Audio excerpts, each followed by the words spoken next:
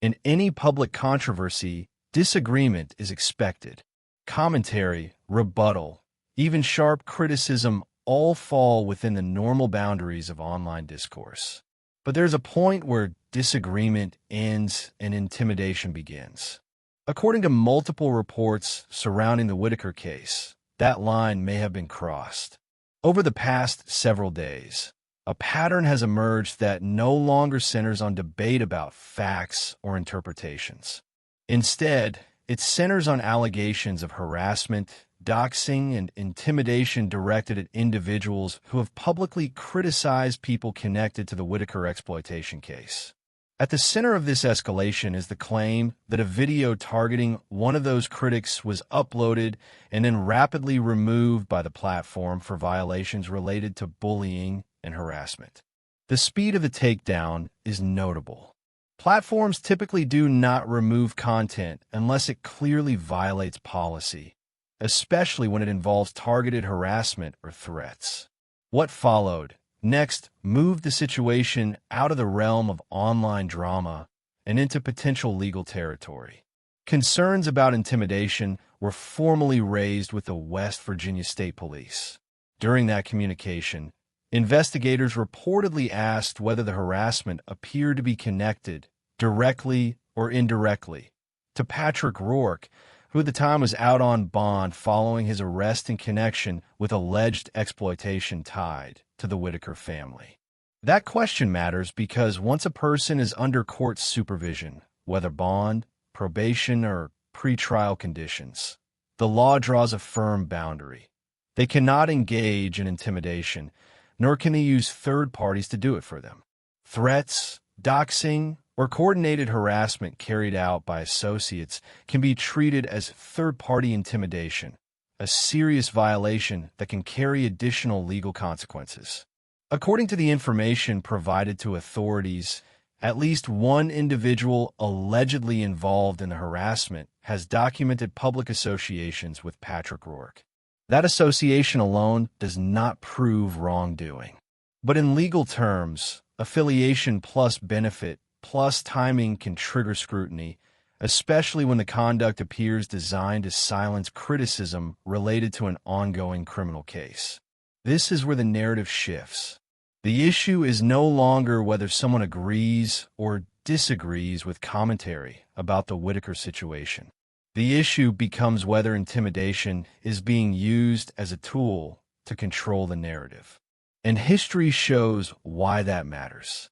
In cases involving alleged exploitation, especially of vulnerable individuals, intimidation often appears at the moment scrutiny intensifies. Not because critics are necessarily wrong, but because pressure exposes instability. When facts are strong, rebuttal is enough. When facts are weak, pressure tactics appear. What makes this situation especially concerning is the broader context. The Whittaker family remains fractured. Legal questions remain unresolved. Financial transparency remains disputed. And instead of public focus shifting toward restitution, safeguards, or family reunification, attention is being redirected toward attacking critics. That redirection benefits only one group, those under scrutiny. It does not benefit the Whittakers. It does not clarify the truth. And it does not reduce harm. From a systems perspective, intimidation serves one purpose: to chill further inquiry. If people believe that speaking out will lead to harassment or exposure, fewer people will ask questions. Fewer people will dig. Fewer people will demand accountability. Law enforcement agencies are trained to recognize that pattern. That is why allegations of harassment tied to an ongoing investigation are not treated as side noise. They are treated as potential extensions of the original conduct.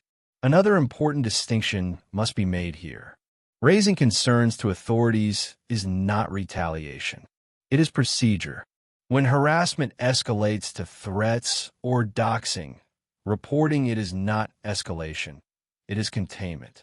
The individuals raising these concerns have stated that they are not anonymous figures hiding behind fake profiles. They are identifiable, reachable, and willing to answer legitimate questions. That openness stands in contrast to the use of shadow accounts, proxy harassment, or removed content. This contrast matters. Transparency reduces suspicion. Intimidation increases it. The broader question, then, is not who dislikes whom online. The real question is why, at this stage of the Whittaker case, pressure is being applied outward instead of accountability being applied inward. If the goal were truly to protect the family, energy would be focused on ensuring legal representation for the Whittakers, clarifying consent and authority, documenting financial flows, supporting reunification where appropriate. Instead, according to these reports, energy is being spent on silencing critics. That choice has consequences, because when intimidation enters a case already under investigation, it doesn't protect anyone involved. It expands the scope of scrutiny, and it reframes the story. The focus will shift to how third-party intimidation is evaluated legally, why affiliation matters more than intent, and how attempts to suppress criticism often end up strengthening the very cases they are meant to weaken. When harassment replaces rebuttal, what does that usually signal? Confidence, fear, or loss of control? Once intimidation enters a public controversy tied to an active investigation, the framework changes completely. What might look to outsiders like online chaos is treated very differently by investigators, courts, and supervising authorities. The reason is simple. Intimidation is not speech. It is conduct, and conduct has consequences. To understand why the allegations of harassment and doxing connected to the Whittaker case are being taken seriously, it helps to step away from personalities and look at how third-party intimidation is evaluated in real legal terms. What third-party intimidation actually means. Third-party intimidation does not require a direct threat from the person under supervision. In fact, most cases don't involve direct contact at all. Instead, investigators look at patterns. The standard questions are: who is being targeted? Who benefits from the intimidation? Who is connected to the people doing the intimidating? Did the intimidation occur after criticism or exposure?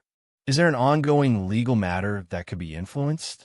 If those elements line up, intent does not need to be proven in the way people assume. The law does not require a recorded phone call saying go threaten them. It requires reasonable inference supported by context. That is a crucial distinction. Why affiliation matters more than instructions. A common misconception is that someone must explicitly order harassment for responsibility to attach. That is not how supervision rules work. When a person is out on bond or probation, the expectation is proactive restraint. They are responsible not only for their own conduct, but for preventing their circle from acting on their behalf in ways that interfere with justice. That is why affiliation matters. If individuals who are publicly aligned with Patrick Rourke are engaging in harassment that benefits him by discrediting critics, suppressing discussion, or intimidating witnesses, authorities do not treat that as coincidence. They treat it as risk, and risk is exactly what bond conditions are designed to manage. The benefit test. Who gains from silence? One of the strongest indicators investigators look for is benefit. Intimidation does not need to succeed to matter. It only needs to be aimed. If critics stop speaking, questioning, or organizing, the person under scrutiny gains breathing room. That benefit alone is enough to justify further examination. In this situation, the intimidation allegations emerged after public criticism of financial conduct, questions about unpaid obligations, renewed focus on exploitation of a vulnerable family, calls for legal accountability and transparency. That timing is not neutral. It places the harassment squarely inside the scope of the broader investigation. Why platforms matter less than people think. Some assume that because content was removed by a platform, the issue ends there. In reality, platform enforcement is only the starting point. When content is taken down for bullying or harassment, it creates a documented record. Timestamps, account identifiers, IP-related metadata, user associations.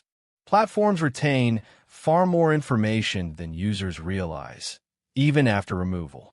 When law enforcement requests that information, it is not a fishing expedition. It is a data-driven follow-up.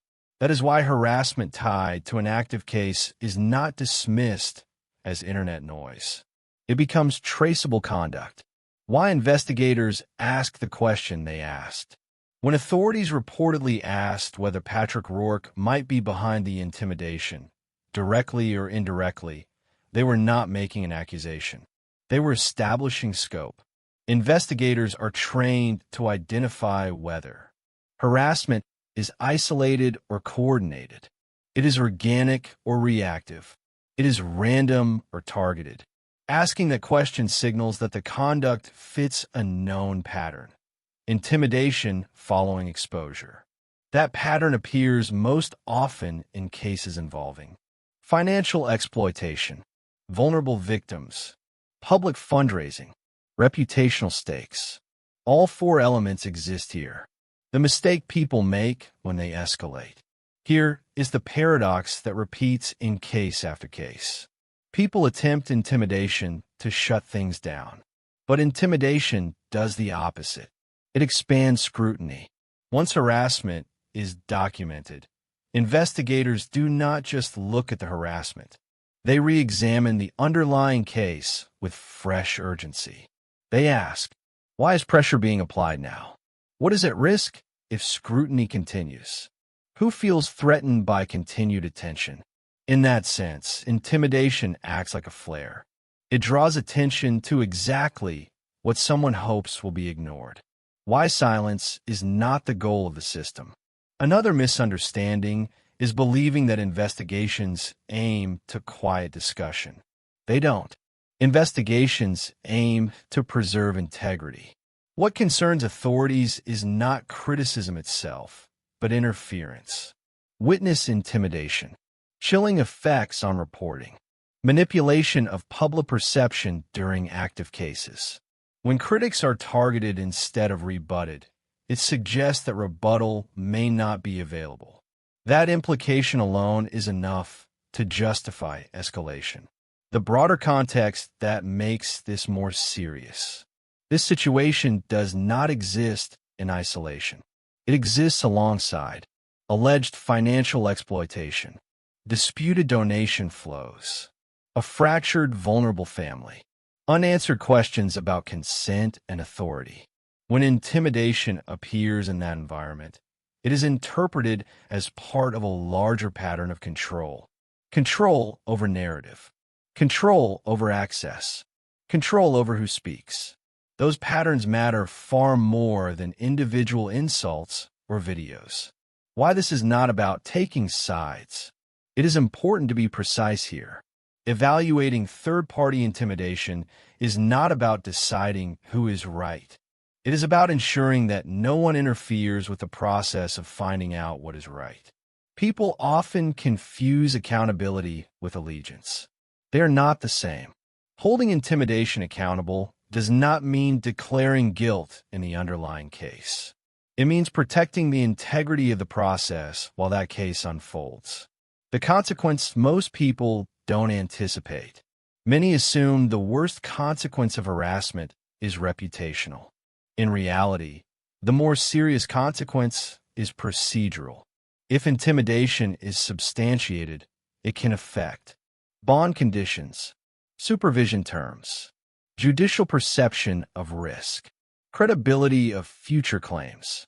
It can also influence how aggressively related evidence is pursued. That is why legal advisors consistently warn clients and their associates to avoid any conduct that could be interpreted as pressure or retaliation. Where this leaves the narrative. At this stage, the question is no longer whether criticism should stop. The question is whether intimidation will continue or whether accountability will replace it. Because once intimidation is documented, the story is no longer controlled by content creators, supporters, or detractors. It is controlled by records.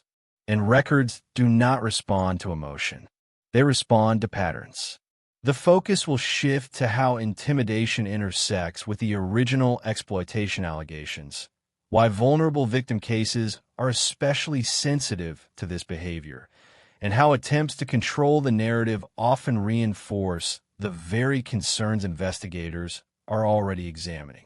When harassment appears during an active case, do you see it as defense or as evidence of instability? To understand why allegations of intimidation around the Whittaker case are treated with heightened seriousness, you have to understand one foundational principle of modern investigations. Cases involving vulnerable victims are not evaluated the same way as ordinary disputes. They can't be. When a case involves people with limited capacity, social isolation, dependency, or impaired ability to advocate for themselves, the system assumes risk first and asks questions second. That's not bias. It's design. And it's exactly why intimidation, real or perceived, raises alarms immediately in this context. Why vulnerable victim cases operate under a different lens. The Whittaker case does not exist in a neutral category. It involves allegations tied to individuals who are widely recognized as cognitively impaired, socially isolated, and dependent on others for protection, access, and decision-making. That alone changes everything. In such cases, investigators are trained to look beyond individual acts and focus on power dynamics. They ask, who controls access to the victims? Who controls money generated in their name? Who controls the narrative the public sees? Who benefits from silence or confusion? When intimidation appears anywhere near that ecosystem, it is not treated as incidental. It is treated as a potential extension of control. Control is the through line investigators look for. One mistake people make is viewing intimidation as an isolated reaction. Someone got angry, someone lashed out, someone went too far. That's not how investigators see it. They see intimidation as part of a continuum. Control of access, control of resources, control of narrative, control of dissent. When those elements align, the question becomes whether intimidation is being used to preserve an existing power structure. In the Whittaker case, allegations already center on control. Control over donation channels. Control over content. Control over who spoke for the family. Control over who challenged that arrangement. So when critics report harassment, the system does not ask, was this rude? It asks, does this fit the pattern? Why timing matters more than tone. Another critical factor is timing. The reported intimidation did not emerge during a quiet period. It surfaced after an arrest connected to alleged exploitation, renewed scrutiny of financial flows, public questioning of unpaid obligations, calls for legal accountability. That timing is not neutral. Investigators are trained to note when pressure appears after scrutiny intensifies. It suggests that something about the scrutiny is perceived as threatening. Threatening to whom is the next question. The chilling effect problem. One of the most serious concerns in vulnerable victim cases is the chilling effect. A chilling effect occurs when people who might otherwise speak up choose not to because they fear retaliation, exposure, or harassment. In cases like this, those people could include witnesses, donors with records, intermediaries, advocates, even family-connected individuals.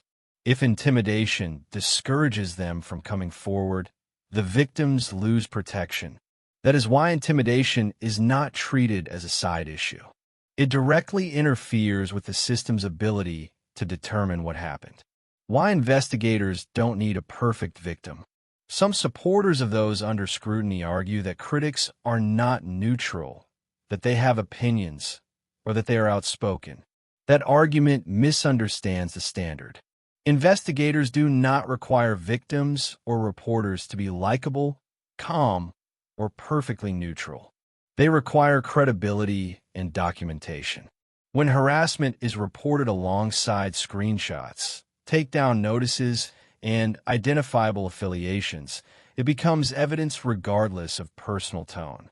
The law does not reward politeness. It rewards substantiation. How narrative control intersects with exploitation allegations. This is where intimidation becomes especially relevant to the underlying case. The original allegations involve exploitation tied to visibility, monetization, storytelling, audience engagement. In other words, narrative mattered from the beginning. So when intimidation is used to influence who tells the story now, investigators naturally ask whether the same impulse is at work. Controlling perception to maintain benefit. This does not require proving malicious intent. It requires showing consistency of behavior. And consistency is exactly what pattern-based investigations are built on. Why I didn't tell them to is not a shield. A recurring defense in third-party intimidation situations is distance. I didn't make the video. I didn't send the threats. I didn't tell anyone to do that. But distance does not eliminate responsibility under supervision standards. When a person is connected to individuals who act in their interest, and when those actions align with the person's legal or reputational needs, investigators look at foreseeability. Was it foreseeable that associates would attempt to silence critics? Was there any effort to discourage that behavior? Was there any public repudiation? Silence can be read as tolerance, and tolerance can be read as consent. Why the Whittaker family remains central. It's easy for this story to drift toward personalities, creators, and online factions. Investigators do not allow that drift. They continually bring the focus back to the victims. The Whittaker family remains separated, vulnerable, dependent on systems they do not control. Every action around this case is evaluated based on one question.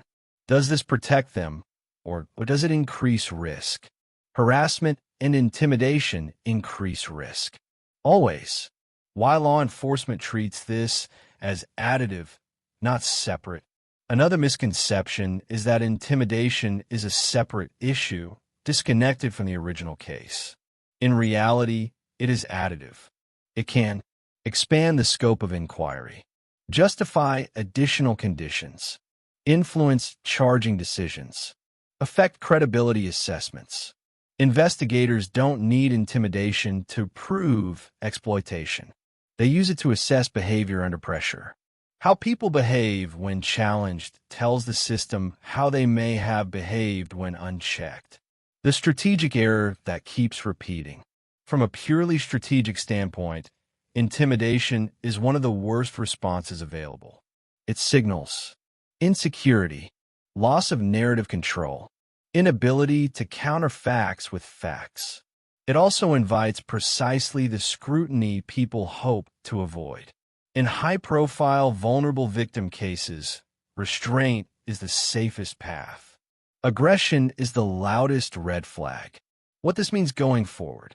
At this stage, the situation has shifted. The case is no longer only about alleged past conduct. It is also about present behavior. Investigators now have reason to watch. How criticism is handled. How supporters behave. How narratives are defended. How pressure is applied. Those observations do not fade. They accumulate. The focus will move to consequences, not predictions, not accusations, but the realistic procedural outcomes that often follow when intimidation becomes part of a vulnerable victim investigation. Because at that point, the system stops asking what happened and starts asking what is happening now. Do you think intimidation strengthens a defense or exposes deeper problems the system is already watching for? By the time intimidation becomes part of the record, the case has already changed shape. Not emotionally, procedurally. This is the point where many people misunderstand what the system does next. They expect dramatic moves, immediate arrests, public statements, sweeping announcements. That almost never happens. What happens instead is quieter, slower, and far more consequential. The system tightens. Step 1. Intimidation gets logged, not argued. When allegations of harassment, doxing, or threats are reported in the context of an active investigation, authorities do not debate motives in real time. They document. Documentation includes dates and times, platform takedown reasons, account identifiers, known affiliations, proximity to key case events. This information is logged alongside the original investigation file. That matters because it creates continuity. From that point forward, intimidation is not new drama. It is additional conduct evaluated within the same ecosystem of risk. Step 2. Risk assessment is recalculated. Bond, probation, and pretrial supervision are built on one core concept: risk management. The system asks, is the individual likely to interfere with witnesses? Is there an attempt to shape testimony or silence critics? Has behavior changed since release or supervision began? When intimidation is reported, especially by people connected to a vulnerable victim case, risk assessments are revisited. This does not require proof beyond a reasonable doubt. It requires reasonable concern, and that is a much lower threshold. Step 3. Affiliated conduct is treated as a warning signal. This is where people make a critical mistake. They assume that unless a person directly sends a threat, nothing attaches to them. But in supervision contexts, responsibility is broader than that. Authorities look at whether associates are acting in alignment with the individual's interests, whether the conduct benefits the individual, whether the individual discouraged or condemned the behavior. Silence matters here. If harassment appears and there is no public effort to stop it, that absence becomes part of the evaluation, not as proof of guilt, but as evidence of tolerance. Tolerance increases perceived risk. Step 4. Narrative control becomes a red flag. In cases involving alleged exploitation through content and donations, narrative control is not incidental. It is central. Investigators are already asking, who controlled messaging? Who framed the story? Who decided what the public saw? So when intimidation appears aimed at critics or alternative narratives, it fits into an existing concern: control over perception. That alignment does not need to be proven malicious. It only needs to be consistent. And consistency is exactly what pattern analysis looks for. Step 5. Supervision conditions can change without public drama.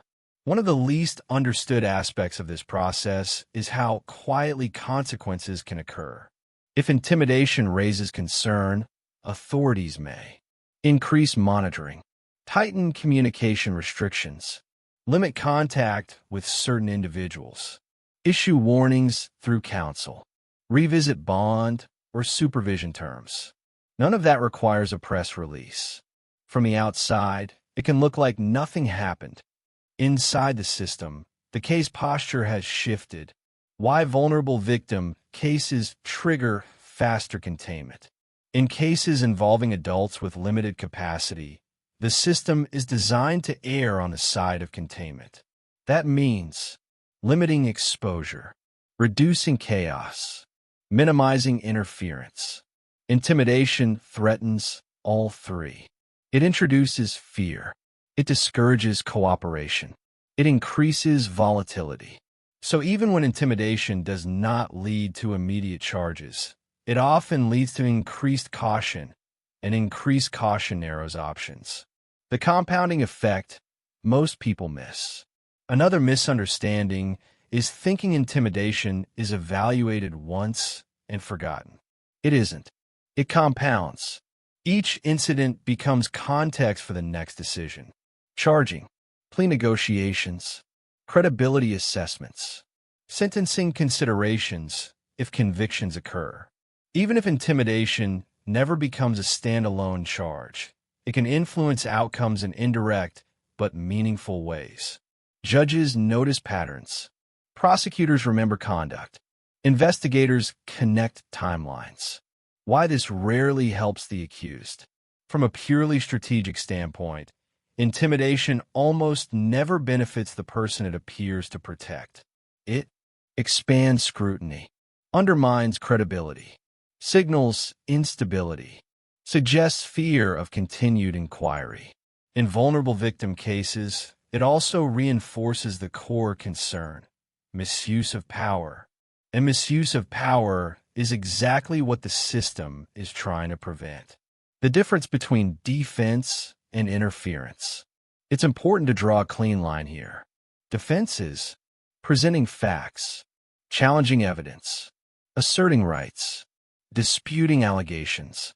Interference is silencing critics, intimidating observers, discouraging reporting, manipulating narrative through pressure. The former is protected. The latter is not. When defense turns into interference, the system reacts. Why silence from leadership figures matters. Another factor investigators consider is leadership response. When harassment occurs within a supporter circle, authorities watch to see whether prominent figures condemn it, distance themselves, call for restraint. Failure to do so is not illegal, but it is informative. It suggests either loss of control or unwillingness to control. Neither reassures the system. How this intersects with ongoing exploitation questions. Remember, the original allegations in this case involve exploitation tied to vulnerability, money, and visibility. Intimidation intersects with that because it shows how power is exercised when challenged. If power responds to scrutiny with pressure rather than transparency, investigators ask whether similar dynamics existed earlier, when oversight was weaker and victims were less protected. That question does not require an answer today, but stays on the table. What the public often gets wrong at this stage. People often assume that if no immediate action is visible, nothing is happening. That assumption is wrong. At this stage, the system is observing, logging, narrowing tolerance, preparing contingencies. It is not reactive. It is methodical. Why this phase is about containment, not punishment. The goal here is not to punish speech. It is to prevent harm. Containment ensures witnesses feel safer. Reporting remains possible. The case proceeds without distortion. Intimidation threatens all of that. That is why it is treated as a serious development, even without headlines. Where this leaves the case now. At this point, the Whittaker case exists in two overlapping frames. The original allegations of exploitation and fraud. The emerging concerns about interference and intimidation. Neither replaces the other. They inform each other. And both are now part of how the system evaluates risk, credibility, and next steps. The focus will turn outward, away from procedure and toward impact. How intimidation affects witnesses, donors, advocates, and ultimately the vulnerable family at the center of this case. Because at the end of the process, the system is not judging popularity. It is protecting people. Do you think intimidation changes how authorities view a case, even if it never becomes a formal charge? By the time intimidation enters a case like this, the damage is rarely limited to the person being targeted. In vulnerable victim investigations, the real harm spreads outward, affecting people who are never part of the conflict but who matter deeply to the outcome. That is why authorities treat intimidation as more than misconduct. They treat it as a threat to truth itself.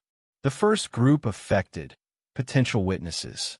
In cases involving alleged exploitation, investigators rely heavily on people who are not formal victims, but who hold pieces of the puzzle. These can include neighbors, intermediaries, donors, volunteers, or people who interacted with those managing access to the family.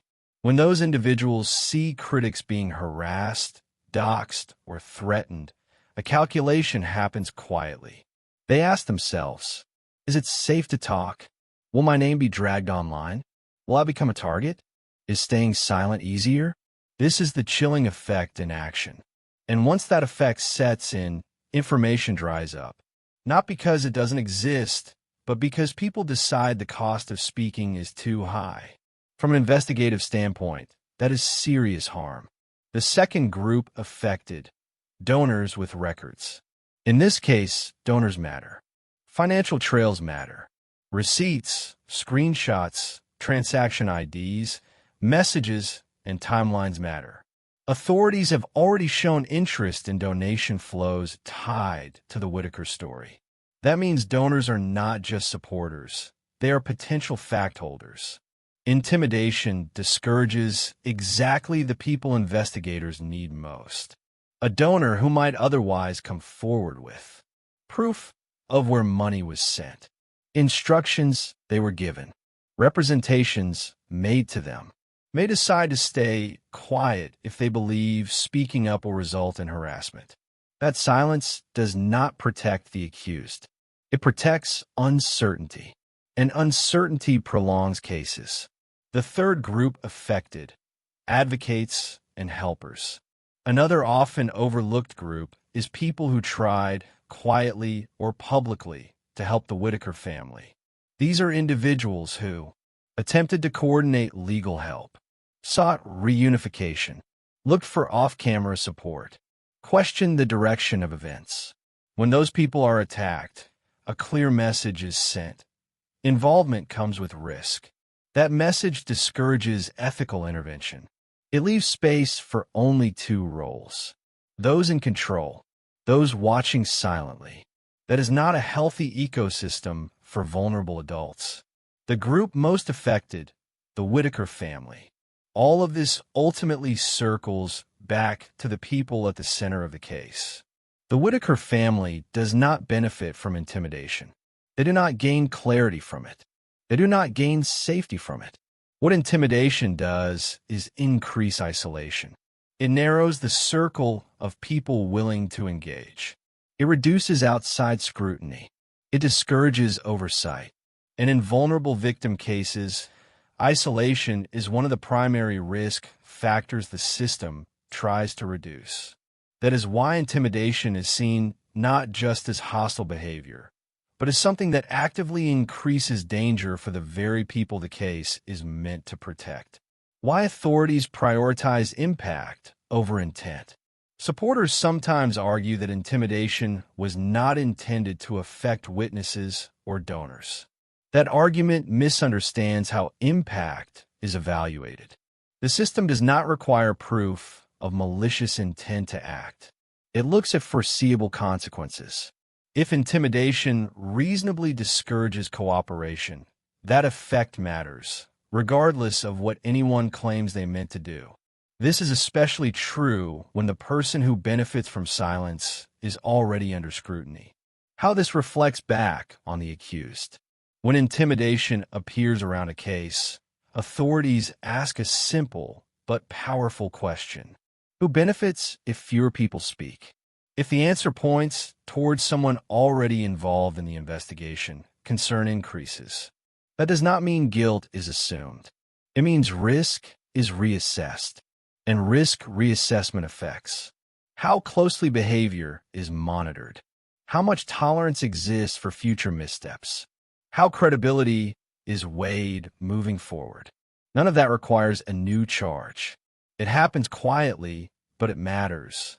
The mistake of treating intimidation as loyalty. Another misconception is viewing intimidation as loyalty or defense. From a legal and investigative perspective, it is the opposite. Loyalty looks like restraint. Defense looks like evidence. Confidence looks like transparency. Intimidation looks like fear of exposure. That perception does not help anyone connected to the case. Why this phase is about protection, not punishment. It is important to be clear about one thing. At this stage, the system's primary concern is not punishment. It is protection. Protection of witnesses, donors, advocates, and most importantly, the vulnerable family. When intimidation appears, protective instincts activate. That is why the system tightens. That is why tolerance narrows. That is why conduct that might once have been ignored now carries weight. The question that now shapes everything. As this case moves forward, one question sits beneath all others. Will pressure continue, or will accountability replace it? Pressure increases scrutiny. Accountability stabilizes cases. One prolongs harm.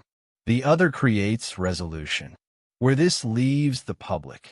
For observers, the responsibility is not to choose sides. It is to resist being used as instruments of pressure. That means questioning harassment, not amplifying it. Valuing documentation over drama. Understanding that silence achieved through fear is not truth. Cases like this are not solved by volume. They're solved by clarity. Final thought. Intimidation does not erase questions. It sharpens them. It does not protect reputations. It endangers them. And in vulnerable victim cases, it does the one thing the system will always react to. It increases risk to people who cannot protect themselves. That is why it matters. That is why it is documented. And that is why it will not be ignored. Do you think intimidation discourages truth, or does it ultimately make investigators dig deeper? Thank you for watching this video. Click here to watch another video that might interest you.